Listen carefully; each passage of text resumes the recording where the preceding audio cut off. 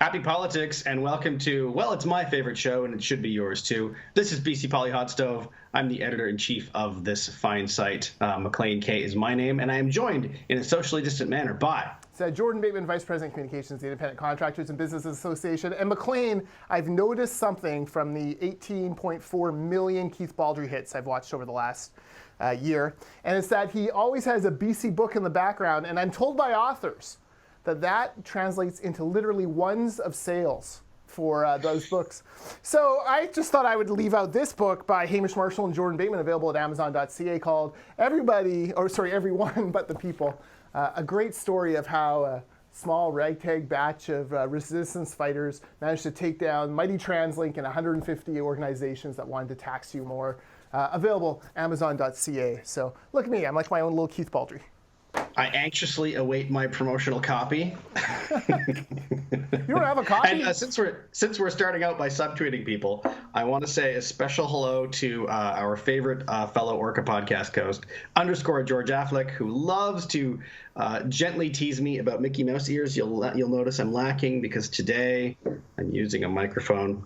Which and as I pulled it up, I just pulled out the audio. That's great. That's tremendous. Live TV. Perfect. We are all grown up now, George. Thank you for the constructive criticism over the years. You get that. I also get the gears from Jody about backgrounds. Her being much more experienced with television than I will ever be.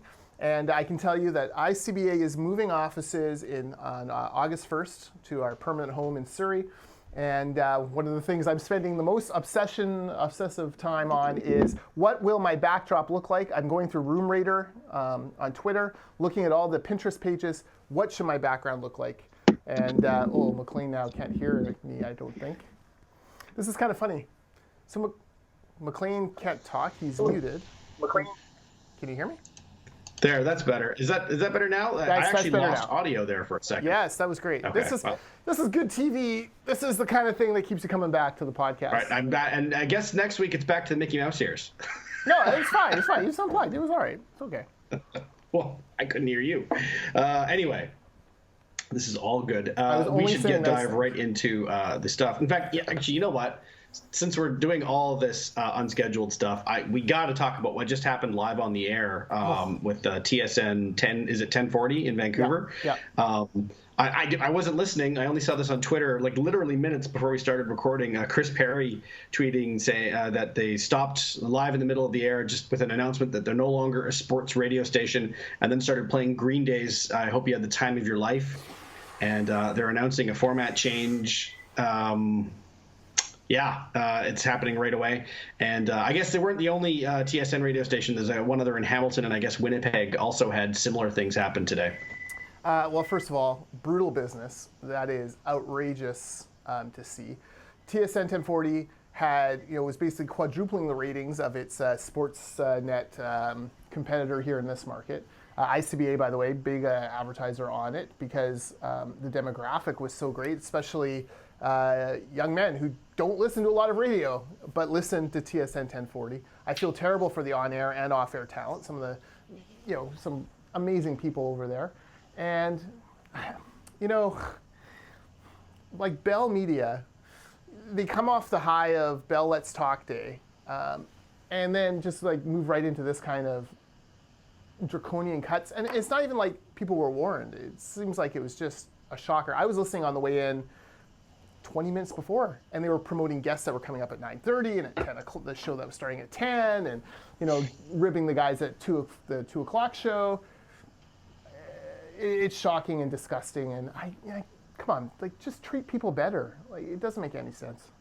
Can you imagine being a producer on that show and having to call guests you've scheduled back to say, yeah, sorry, we no longer exist? I guess at that point you're not even calling them because who's paying you to do that? Yeah, exactly. It's appalling. Like, what a brutal business. And speaking of Underscore, I hope Jody and Underscore talk about this on Unspun. Jody having a very unique view, being Canada's first national sports highlight show host. Ugly business, and I feel terrible for, like I said, for all those talented people. And I feel terrible that ICBA, we've been advertising there, and it makes me sick to think that Bell has any of our money. But what are you gonna do? Well, our everyone who works there, if you're listening to this today, we feel for you today. That's tough. I hope that whatever the new format is, there's a spot for you there. Yes. And if not there, then somewhere else in Vancouver. Yeah, absolutely. We should talk about, I guess, in a somewhat slightly related topic, let's talk about the small and medium-sized business recovery grant program. If you are following this show, there's a good chance you read Rob Shaw's piece on the Orca, I think it was Friday, where this is not going well. There's $300 million set aside to aid small businesses, and I've almost temporarily forgotten how much has been spent. Yeah, I had to double check because it's almost unbelievable. $12 million out of $300 million has been given to small businesses. If you let me do the math for you, that leaves $288 million on the table.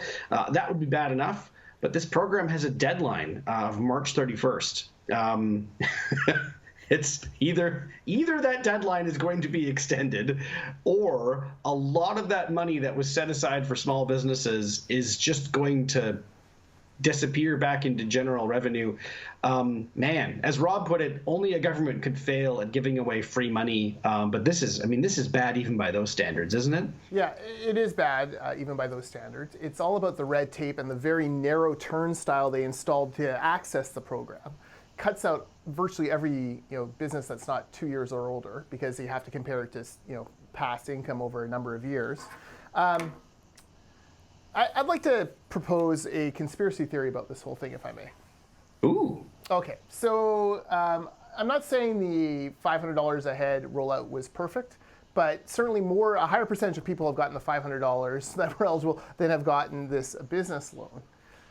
Is it possible that this is a little bit of that ideological anti-business bent within the NDP, anti-employer bent? Even though small and medium businesses sounds warm and fuzzy, they don't really like business. They're always suspicious of employers. They come from labor backgrounds where there's no such thing as a good employer, as Harry Baines once said in a meeting. Is it possible that this is more about ideology and it's kind of lip service? We'll do this program, but if no one applies for it, it's not really that big a deal. Having worked around government long enough, I am a big believer in the maxim that if you can't tell if it's either conspiracy or incompetence, 99 times out of 100, it's incompetence. Sure, yeah. As Rob put it in his piece, I mean, let's say the best case scenario for the NDP government is that the new minister in charge of this, Ravi Kahlon, comes in and fixes everything and saves it. And that's the best case scenario. That's great, but it also means that it's an admission that the program that was a big part of the justification and sell going to an early election, like, don't worry, we've got this, the way it was laid out at the time was a disaster. And so somebody laid it out, and that was at the very, very least spectacularly poorly done, because it's not helping anyone, and the numbers are the numbers. So even if the NDP managed to yank this one out of the fire, it was in the fire in the first place. And it's for the small businesses who have been struggling just to keep the lights on and keep paying people since last March now. I mean, this isn't something to play around with. This is really bad news. Yeah, and to deepen that further, this program has extra money within it for the tourism businesses, which have been especially hard hit, and have been crying out for money all summer, all fall. And John Horgan said, "Well, this will be part of that. This is part of that, and don't worry about it. Just reelect me." You're right. Usually I do default to incompetency, but I do find it interesting that even the fixes aren't working. So that does lead me to believe that maybe they just don't care about fixing it that much. They have processed, all but I think 150,000 now of the applications for the $500 individual fund. They managed to fix that process, sort of, most of the way. This one, though, still sitting out there. I thought Rob was a little forgiving, like a little open to the Ravi Kahlon. Maybe he's really trying to do the right thing and fix this thing up. I think a lot of it is lip service, and the proof is in the applications. Look, I gotta be honest. We haven't received any information at ICBA. We represent 2,300 small and medium-sized businesses. There's been no, government email to us saying, "Hey, can you pass this along to your members? Can you talk about this?" This is like a very well-kept secret by the government. You'd think there'd be a better rollout of "Hey, we've made it easier." Oh, well. Speaking of Rob Shaw, because he writes for us now, Yes. let's talk about a piece from Monday and the report that came out last week on universal basic income, which was an idea beloved by the Greens, and in fact was a much undiscussed aspect of the CASA agreement. The NDP agreed to fund a very extensive study into the possibilities of a universal basic income. That study came out last week. Good for you if you've read the whole thing. It's like 565 pages, but the gist of it is it's not feasible, not remotely. They do suggest some adaptations and changes to social programs and that in BC, but for the idea of universal basic income, I mean, I won't read all the numbers. You should read Rob's piece for that, but it's staggering. We'd have to double the provincial budget to help a vanishingly small number of people, and it's just not feasible. Now, there are things we can do better, but for proponents of universal basic income, it's dead for now in BC. Yeah, I agree, and I'm kind of surprised. So the funny thing about basic income is there is a small number of fiscal conservatives who kind of believe in the idea, like think it's possible, especially if you eliminated a bunch of the social safety net programs because you're giving people income instead.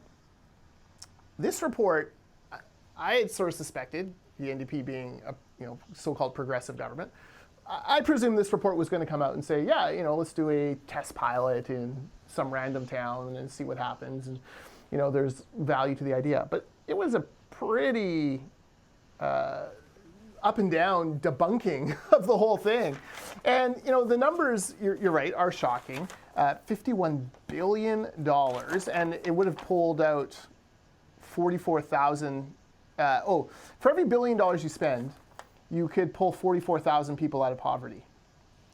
That's a lot of money. Like that's hard to do. I'm surprised that it came out this way. I expected that the report to be like, yeah, no, this is a possible thing. Let's take a harder look at it. Really interesting that it was such a thorough beating of the idea. I don't see how it pops up again in the near to midterm in BC. Yeah, well, I mean, you've hit on two of the keys there. The first one is that there will be some who say, well, you can't put a price on lifting 44,000 people out of poverty, and I mean that should be true. It should be, but it's not, because as the report said, you'd have to jack income prices up by at least 50%. Income taxes up by 50%, which would in fact create other knock-on effects and probably push other people into poverty. Sad but true. That money does have to come from somewhere. And to your first point about how you're right, I do know personally some fiscal conservatives who are intrigued by the idea of a universal basic income in principle. But as the report spelled out, that only works if you can use it to effectively replace a whole host of the suite of social programs we have today, and they rejected that entirely, saying we can't do that. And you can quibble with the reason for that, and fine, that's fair, but they thought that it would create more problems than it would solve. And so a universal basic income would have to be layered on top of the things we do already, and that just makes it a non-starter. Maybe if you were building a social system from scratch in a country we start tomorrow, you might do a universal basic income, but that's just not the case. Yeah, the exact quote is, these social programs are essential to a just society. Yeah. And that they would still be necessary because, other costs will go up. It debunks the idea that this would make housing more affordable. That's not the case. It was quite a thorough butt kicking of the idea. I was surprised. It was as thorough a butt kicking as the Kansas City Chiefs took on Sunday. So there you go. Yes, I can't believe we didn't even touch on the Super Bowl. More holes in this in the basic income idea than the Kansas City offensive line. Sad but true, and taken just as much of a beating as Patrick Mahomes did. Yeah. Hopefully this report kind of calms people down about this idea across Canada. Yeah. A $20,000 universal basic income for all residents aged 18 to 64 would cost the Treasury $51 billion annually. We spend about $55 billion a year now. It is, and you could claw back maybe, if you actually eliminate all those social programs, you're only talking about $10 billion or so, which is a lot, but that is not enough to cover off the cost. So very interesting. I think the NDP are probably happy to see that debunked, although I will be interested what the Tyee crowd thinks of all this. And I didn't see any comments from Sonia, first to know, the leader of the Green Party, but I wonder what she thinks of this report. Well, I mean, I hope that we will get I'd be very interested to see a thoughtful, sort of detailed response from the Greens after the fact. In fairness to them, it is a 565-page report. And so coming out with a cursory, we disagree, 5 minutes later would be, who does that serve? So we'll see. But you're right. I mean, it's kind of like the PR situation, proportional representation, where it's kind of done for now. Yes. You hear that, prop rep people? It's done for now. Hey, next, I don't think this next subject will take too much time to talk about, but it intrigued me to look at the calendar today and think there's something missing today. Today would normally be the throne speech and the return of, our elected representatives back to the legislature. And next week would normally be the budget. That's not happening. According to the BC legislature calendar, the sitting will resume, I believe, on March 1st, definitely next month. And then we may get a budget in April. I thought they said April 20th.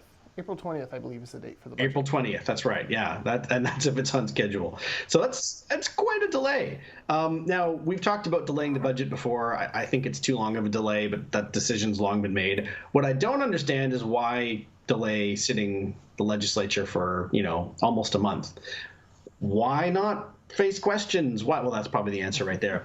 Why not resume committees and the important work? It's just we have a bit of a dead zone here in February for BC politics, and it's a shame. Yes. First of all, having a budget on 420, just the lead to our press release here at ICBA writes itself, so we're looking forward to that. Debt will never be higher, much like most British Columbians on 420, apparently. Not me. I don't understand that culture. But nonetheless, you're right. Throne speech could be this week. They could be in the House doing work. Certainly, they have policies they want to bring forward. I mean, they just ran an election, remember, on the idea that they were being held back from doing the important work that was going to save us from COVID and save us from economic ruin. And yet, not that important. They could take another 3 or 4 weeks off, no problem at all, and bump it down the line. There's some, you're right, February, usually there's throne speech today, budget the week after. Normally I'd be in Victoria for the budget. You and I podcasted live, I think, after the past 2 budgets. I have no idea what budget lockup's going to look like for stakeholders this year. If there will even be one, they may just say, well, we'll do one for the media and nothing for the stakeholders. I have no idea. I can tell you those conversations are being had right now. I spoke with our press gallery president. We all did a couple weeks ago, and that is those discussions are taking place. I'm not hinting. I don't know something that I'm not willing to say here. It's not that. I don't think they know yet. Right. And that they are trying to figure out how to make this all work. And obviously the media's priorities will not be the same as the government's priorities, which is a nice way of putting that. But I think it is fair to say that they don't know what it'll look like right now. Yeah, no, exactly. So, and then if you're a stakeholder, peeling back the curtain for those 99.9999% of British Columbians who have been fortunate enough never to be locked up on a budget. So what happens, it's a whole day affair. And it's at the Victoria Convention Centre. You have this giant ballroom, and you have a wall that comes across the middle of the ballroom. On the other side of the ballroom is a stage set up where the finance minister comes in and gives a speech. Selena Robson would give her speech from there. The media has rows and rows of tables right in front of her. Camera base is set up. They have plugins for the radio guys. They have snacks to keep Keith and Vaughn happy. It's all there. It's all there. And then a wall. Behind that wall then, so further back in the room, are the stakeholders. So, Business Council of British Columbia, ICBA, Canadian Taxpayers Federation, Canadian Federation of Independent Business, the Mining Association, the Geosciences Association, 77 of the union cronies, buddies from for the NDP, the BC Federation of Labor. It's a packed room full. They give us some sandwiches. It's the most direct service you get for your tax dollars all year if you're in the room, and you're there. There is no internet allowed until the minister gets up in the House at 1:30 to deliver the speech. But what happens is there's kind of a rhythm throughout the day. So everyone gets there. I don't know what happens on the media side of the wall, but on the stakeholder side of the wall, you get in the room about 8:30. You grab a coffee, you start reading the documents, you start yelling for Jock Finlayson to answer your questions because he's the smartest guy in the room. And you kind of peel through that. At some point, the wall opens between media and stakeholders, but you're not allowed to talk to each other. You can then see the finance minister give essentially the speech that she would give in the House, although often with more PowerPoint, kind of running through slides. Then the wall closes again. Everyone eats their lunch and starts writing. Stakeholders start talking to each other like, oh, home builders, did you see anything I missed? You kind of find all that. Then the wall opens again. And then the minister comes back, and the minister takes questions from the media. And really, the narrative is not set until Vaughn asks his question. Then that kind of sets the tone for the whole thing. Usually he's first or second, depending on if if Greg or Craigie from the CBC Victoria has ran him to the microphone on the other side. And I think you get one question and a follow-up, I believe. Yeah. So then one question and a follow-up. 15 or so reporters will ask questions. Generally, they try to stake out as much territory as possible because this is the one time you get the minister and everyone will use the clips anyway, so it doesn't really matter if Keith has asked one and Vaughn uses it or vice versa. And then after that, the minister leaves and they leave the walls open and then the media can come and talk to all the stakeholders. And then it is Scrum City. And you'll see the Greater Vancouver Board of Trade give out their report card for the thing. By the way, the Greater Vancouver Board of Trade gave, as a sign of, just how far they've fallen from perhaps what their mandate used to be, often would give, they gave a passing grade to the budget that brought in the employer health tax, for example. Not great, but that's another story for another time. So you do your scrums, and then eventually it calms down. Media goes and sits down and starts writing or broadcasting. The stakeholders retreat, they start doing their thing, and everyone waits for 1:30 when the internet gets turned back on. As soon as it does, the smart ones like me already have tweets pre-written, press releases, and someone waiting at home in the offices, send it all out and off it goes. Yes, and I think people would be interested to hear the behind the scenes stuff. From our point of view in the media, when that first part where we're shut off, they actually, it's not stakeholders, it's people from the various ministries they make available for us to ask very, very, fine-tuned and detail-oriented questions. And to me, the best part is trying to get as close as possible, sitting as close as possible to Vaughn Palmer, because he'll always be given, the budget documents are like this, and I'm not exaggerating, and he'll, read it for 10, 15 minutes and then find the thing on page 72, which is really what the budget's all about. And everyone kind of listens like, oh, yeah, no, I saw that as well. And you're 100% right. And of course, when he asks a question, you can always see the people in the government ministries going, yes, I see you found it. And it's great. There isn't really an experience like it. It's a very long day. But who knows what it'll look like this year? Yeah, exactly. And, so for media, the reason why government brings in the stakeholder groups is so that they can offer educated comments about the budget and, hopefully favorable ones, right? It'd be interesting to see if you don't have, how that's not going to be possible this time. So media are going to have to kind of seek out the folks that they want to talk to on specific issues. I don't suspect there's going to be a lot on construction in it, so I don't expect a big rush to ICBA's phone, for example. But, it's going to lack. It's going to be a different experience for the media. It's going to really lack that kind of personal interaction and that, very careful finding the nuances of, hey, this policy actually is very bad for aviation. If you're a group like, and I'm just thinking of one off the top of my head, Generation Squeeze. Yeah. And I really did just pick them at random.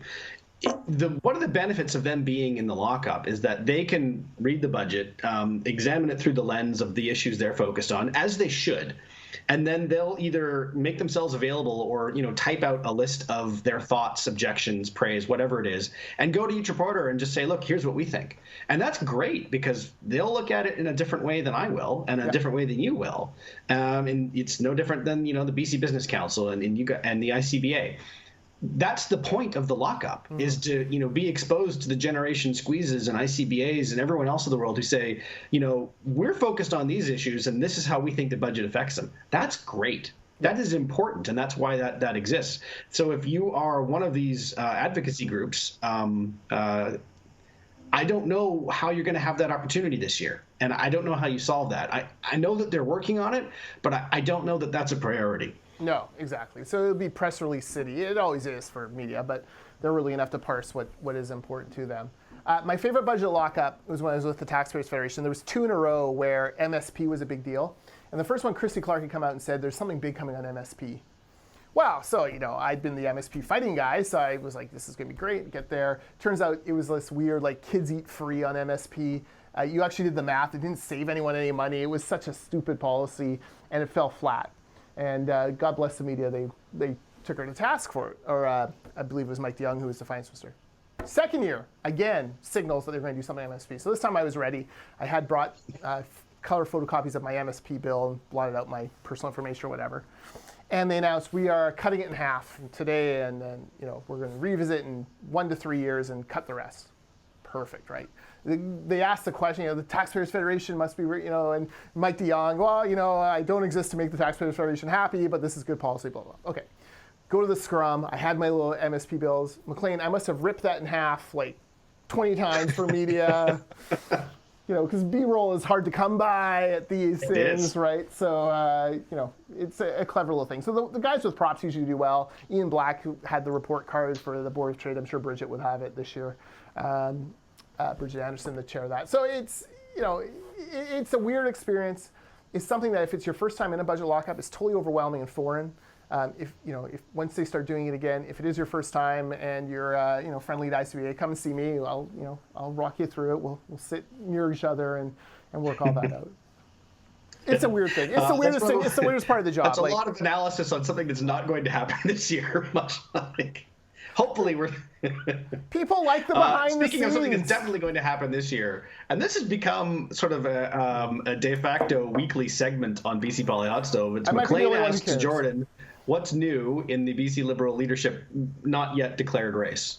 All right. Well, I might be the only one who cares about this race, apparently. I don't know, because all the coverage... Well, no, it's not an official race yet. We don't have the rules. No. It's there's nothing to speculate on, because we know from talking to you who who will declare when, it is time to declare. But, I mean, there's nothing to talk about yet for, the vast majority of people. But I think it's helpful to know what's happening behind the scenes. Totally. So I have 3 little things. First of all, general consensus now is that the actual vote will happen next spring, which I think if that's the case, you're not going to see anyone declare until post-summer.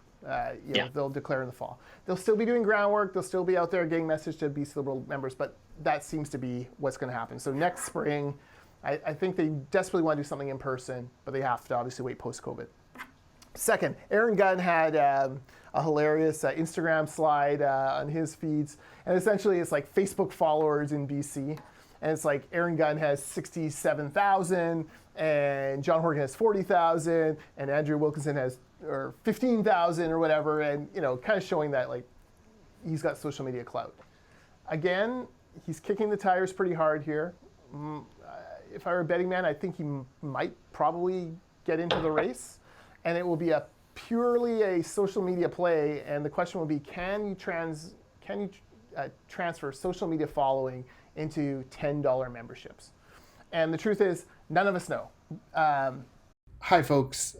Sorry about this little drop in here, but we had some weird technical issues with the internet connection during this last little bit of the talk about Aaron Gunn, and then moving into a different topic. So we'll just say that the Aaron Gunn part has been wrapped up, and now we're going to talk about Kevin Falcon and a recent socially distant conversation I had with Kevin. So stay tuned. This next bit is about Kevin Falcon. So we talked about the race and, the state of the race. And, I think for those of us who've, it was 10 years ago, Falcon ran and lost for the leadership against Christy Clark. He went to the private sector. He's done very well for himself. He still dabbles in public policy from time to time. But, he's been out of politics for a while. And, so I was curious, like, would he be rusty? What's it going to be like? Same Kevin, charming, smart on the issues, very clear about, what he would want to do. No one's 100% in until you file the nomination papers, but absolutely sounded like a guy who's running for the leadership of the BC Liberal Party. And, kind of making the point that, like, if we don't find a strong leader for the party will blow apart at the seams. And you're talking about, 12 years of NDP rule in BC and all of the economic fallout and that would occur from that. Made it very clear, like, he would probably bristle at this a little bit, but it's clear he's learned some things from Christy Clark. Them being great rivals and frenemies for many years. He talked a lot about candidate recruitment, how that's absolutely the job of the leader, and the leader needs to go out and recruit candidates. That's obviously something that the previous leader of the BC Liberals was not as strong on. That is very much a Christy Clark thing. Like Christy Clark and Mike MacDonald in the 90s driving around BC trying to get candidates for the 96 and 2001 elections, and then Christy Clark doing it again in 2013, attracting people to the ticket who won close seats and helped her pull out that comeback victory. So, it was good. It's always nice to, sometimes in public life, you see people in public life and you don't talk with them for a long time, or you don't talk with them in person, and you forget how good they are at certain things. And, because you just think of them as the op-ed writer or, a developer or, whatever they're doing, a businessman or whatever they're doing in their life. But to hear that kind of, smart talk, and most importantly, what I was looking for from him was, like, does he have the fire in his belly? Like, is he willing to do the work? Because it's going to be a massive rebuild, and that's not going to be easy. And I got the sense he was. So, I think he's obviously the prohibitive favorite. Lee and Ross will have, a tough time. You got to hope that his campaign stumbles a bit. But he seems ready, and it'll be interesting to watch him and see how he kind of comes out. The funny thing is, he gave me the gears just a little bit, because remember the op-ed he wrote for the Vancouver Sun on mental health issues and Strathcona Park and some of the stuff that's happening there. And everyone kind of said, oh yeah, Kevin Falcon, this is like his opening salvo. He's like, actually, I wrote it in December or November, and the Sun lost it. So I followed up in January and was like, hey, was the piece bad? Like, how come you didn't run it? Because I'll fix it or shop it somewhere else. And they're like, oh no, Kevin, we totally forgot it was Christmas. And then they ran it, and then everyone's like, oh, opening salvo and the big policy, the policy war to come. So again, not everything is, as you said earlier, a Machiavellian plan, strategy to roll out. Sometimes it's just blind luck or coincidence. Or whoops. Yeah, it's amazing how much happens in the world that's just whoops. So there you go. That is my update on the BC Liberal leadership race. Again, I'm not supporting anyone. We're watching it. Want to be, the key is trying to have as robust a race as possible with good ideas. Smart folks, and talk about the issues, not just facing the party, but facing British Columbians and how you communicate them better. I want to close by talking about something we touched on last time, and that was a piece that we ran from the former director of the BC Liberals, Emil Scheffel, on the mental health in politics.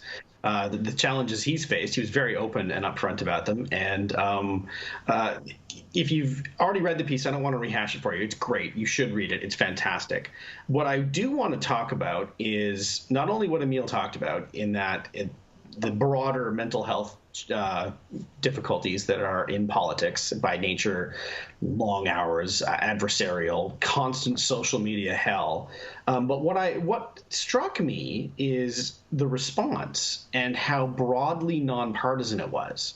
And people reaching out to me directly, but also just comments on social media and online. Emil is obviously, he was the executive director of the BC Liberal Party. He is strongly identified with one particular color. But the amount of people that either approached me directly, I had people approach me from the Greens, I had people approach me from the NDP, all completely positive, saying, thank God. And kudos to Emil for talking about this, because it's long past time. And it doesn't matter who from which party brought it up first. It's important. And so that's kind of all I wanted to say here, is kind of reinforce that message, saying, if you're not someone who's friendly to the BC Liberals, well, you're probably not watching. But if you are not someone who's friendly to the BC Liberals, I encourage you to get past that and read Emil's piece and think, this isn't about any one party. He makes that very clear. It's that this profession, this field, is incredibly hard and challenging, and it creates mental health problems, much less exacerbating them. And so it's a broader conversation that we need to have, and I encourage you to start from there. And I will not share the people who reached out to me directly from all three major parties, but they did, and every one of them said the same thing, which was, this really struck me, this really resonated with me, and first of all, thank you to Emil for bringing it up, but also let's hope it doesn't end there. Yeah, no, it was a great piece, very open and authentic. One thing about folks who work in politics is a lot of times they work on contract, short periods of time, so they don't maybe have access to great employee benefit plans, employee assistance programs, mental health help, and it shows. And we got to get past this idea that people in politics are some kind of robots that just can keep going and going and going and going and going. Mental health for a lot of people has frayed during this COVID period. And you put on top of that the kind of jobs that a lot of these folks have. And look, there are bureaucrats, there are public servants, there are political folks working behind the scenes today on COVID. And it's been 12 months of this. And, the fear and dread that, decisions you're making or policies or paper you're pushing is going to affect, long-term care homes, for example, and life and death. It's tough. It's very difficult. So the more we can talk about this, the better. And kudos to Emil for coming forward. And hopefully, obviously, it was timed with Let's Talk Day. Yeah. Hopefully, other folks come forward with their stories. One of the media outlets that I've found myself reading more and more is the Players Tribune, where players, and usually with a strong, communication shop writing for them, but they come out with interesting takes on important issues. And that the Emil piece felt to me a little bit like a Players Tribune piece, right? Like, here's someone who we've seen play the game of politics hard, gave everything he had to it. You can agree or disagree with his philosophy, you can agree or disagree with the results, but he gave everything he had. And now he's saying, look, there was a significant personal cost to that maybe we shouldn't be expecting from people. Yeah, I really like the Players Tribune analogy, and that's a great point, because Emil was very much on the field.